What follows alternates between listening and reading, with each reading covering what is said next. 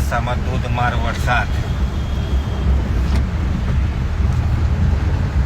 આ જોઈ શકો છો, કશું જ દેખાતું નથી, એટલો પુષ્કળ વરસાદ ચાલુ થઈ ગયો છે.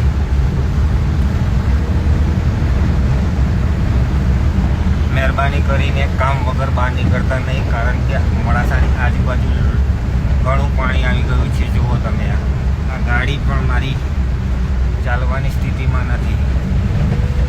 આ જુઓ, ફૂલ વરસાદ. આ